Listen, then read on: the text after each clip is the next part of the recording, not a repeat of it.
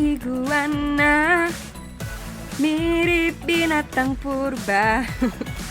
Ayo, anak tahun 90-an pasti tahu dong lagu yang satu ini. Tapi yang bakal kita bahas bukan lagunya ya bos, tapi iguananya. Binatang yang kadang imut, kadang nyeremin ini memang sudah sejak dulu dijadikan peliharaan khususnya di Indonesia.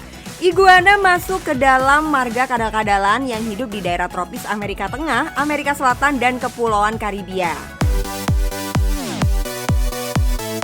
Di negara asalnya, iguana sebenarnya termasuk ke dalam hewan pengganggu atau hama. Tapi siapa sangka di Indonesia iguana jadi salah satu primadona yang bisa mendatangkan cuan hingga puluhan bahkan ratusan juta per ekornya. Halo bos, nama gue Muhammad Roy Gafar. Kenal Epoy Cifet, mau tahu cuan bisnis gue gimana? Yuk ikut terus. Berawal dari hobi, Muhammad Roy Gafara atau yang lebih dikenal dengan Epoy Cifet melebarkan kepak bisnisnya dengan budidaya iguana. Meskipun berusia muda, tapi siapa sangka per bulan ia berhasil meraup puluhan bahkan ratusan juta. Itu dari hasil budidaya satwa reptilia ini bos. Memanfaatkan pekarangan rumahnya, ia mulai membudidayakan berbagai jenis iguana seperti Green Albino, Tobago Hybrid, Green Columbia, dan masih banyak lagi. Padahal modal awalnya cuma Rp350.000 loh bos. Wah, kok bisa ya? Saya dulu merintis dari duit 350.000 dan saya pusing kan nyari kerjaan di mana gitu loh. Ya kan akhirnya gimana caranya ini saya punya iguana, saya jual dan akhirnya saya bisa mendapatkan cuan lebih, saya kumpulin dan akhirnya alhamdulillah saya bisa dapat cuan lebih banyak lagi. Berawal dari sulitnya mencari pekerjaan di ibu kota, Epoy akhirnya memutuskan untuk menjual iguana kesayangannya. Pas dapet duit, baru deh kepikiran, kok jual iguana bisa untung banget ya? Karena menurut saya kan saya juga basic di hewan ya, suka sama hewan gitu dari kecil kan. Kenapa saya punya hewan terus kenapa nggak diternakin gitu loh, nggak dikembang biakin gitu loh kan. Akhirnya saya kembang biakin dengan iguana. Ya dibilang cuan sih dibilang cuan banget ya. Maksudnya untuk income sebulan saya tuh dari iguana bisa 20-30 jutaan. Untung puluhan juta bikin mikir lagi deh daripada sekedar jual beli. Kenapa iguana nggak dibudidayakan saja? Berbekal ilmu dari internet dan juga komunitas, akhirnya Epoy berhasil membudidayakan hewan asal Amerika ini. Menurut Epoy, budidaya iguana termasuk mudah bos dan tingkat keberhasilannya mencapai 90% loh dibanding ternak hewan eksotis lainnya.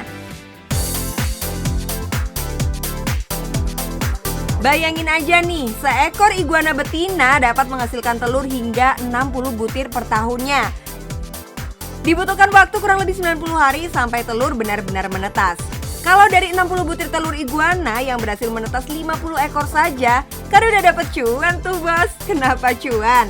Karena harga baby green iguana yang paling murah saja harganya Rp100.000 per ekor. Sedangkan anakan iguana albino bisa mencapai Rp7,5 juta. Jadi nggak heran kalau bos Epoy dalam sebulan dapat meraup keuntungan sampai Rp30 juta ya. Waduh.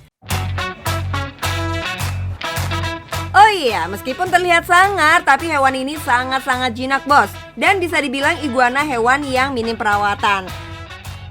Selain pangannya yang murah dan mudah didapat, iguana hanya butuh matahari biar hidupnya tetap sehat. Sinar matahari sangat penting karena dapat membantu proses metabolisme di tubuh iguana.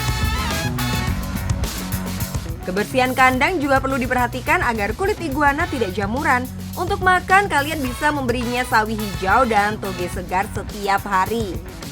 Semakin banyak makan, semakin cepat juga pertumbuhan iguananya tuh bos. Jadi penasaran gimana sih cara bos Epoy menjual reptil khas Amerika ini? Dulu saya sempat bingung gitu untuk menjual iguana tuh gimana sih caranya gitu kan, saya pusing gitu kan. Akhirnya saya tuh berpikir, gue masuk grup Facebook dulu deh gitu.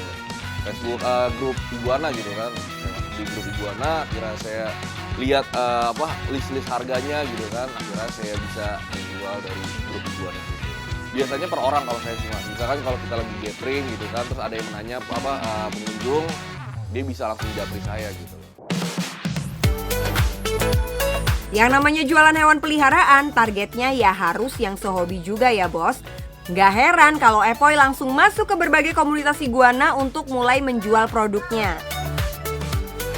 Dan siapa sangka setelah 6 tahun berjalan, Epoy dan temannya berhasil menguasai pasar di daerah Jakarta Timur tuh. Ya namanya usaha pasti ada prosesnya. Makan mie instan aja tetap harus dimasak dulu ya kan. Jadi kalau kalian mau bisnis, apalagi bisnis hewan peliharaan seperti ini, kalian harus banyak-banyak belajar langsung dari ahlinya. Gak cuma dari internet, kalian juga bisa sharing langsung ke teman-teman komunitas gimana cara merawat dan menjualnya. Jangan sampai bisa produksi tapi gak bisa ngejual. Bahkan kalian juga bisa loh menjual ke sesama teman komunitas. Biasanya soal harga akan lebih cincai tuh. Tapi yang namanya bisnis pasti ada kendala, apalagi yang dijual adalah makhluk hidup. Kalau dibilang untuk lagi apesnya sih sering mas ya, maksudnya kan saya juga sebagai breeder terus juga seller juga gitu kan, ketika saya lagi ada barang datang gitu kan, entah itu ekornya putus, entah itu kukunya pada putus gitu kan. Cuman dari awal kan saya memang sudah bilang tidak ada komplainan gitu loh dari seller yang saya ambil gitu. Resiko sebagai seller sekaligus breeder adalah ketika sedang proses impor iguana. Jangan sampai nih hewan mati saat sampai ke tangan pembeli. Karena estimasi waktu yang tidak bisa ditentukan, jadi kondisi iguana ketika datang juga jadi perhatian. Ada yang buntutnya putus, kukunya patah, dan pastinya bisa membuat harga jual iguana menjadi jatuh. Meskipun bisa tumbuh kembali, tapi tetap saja tidak akan 100% sempurna ya bos. Berbekal pengalaman, akhirnya Epoy dan tim sangat concern pada proses packaging, di mana jumlah iguana harus dibatasi dan terdapat pengemasan ganda untuk meminimalisir paket tertindih ketika pengiriman. Nah udah paham semua kan? Yang penting cuan bos.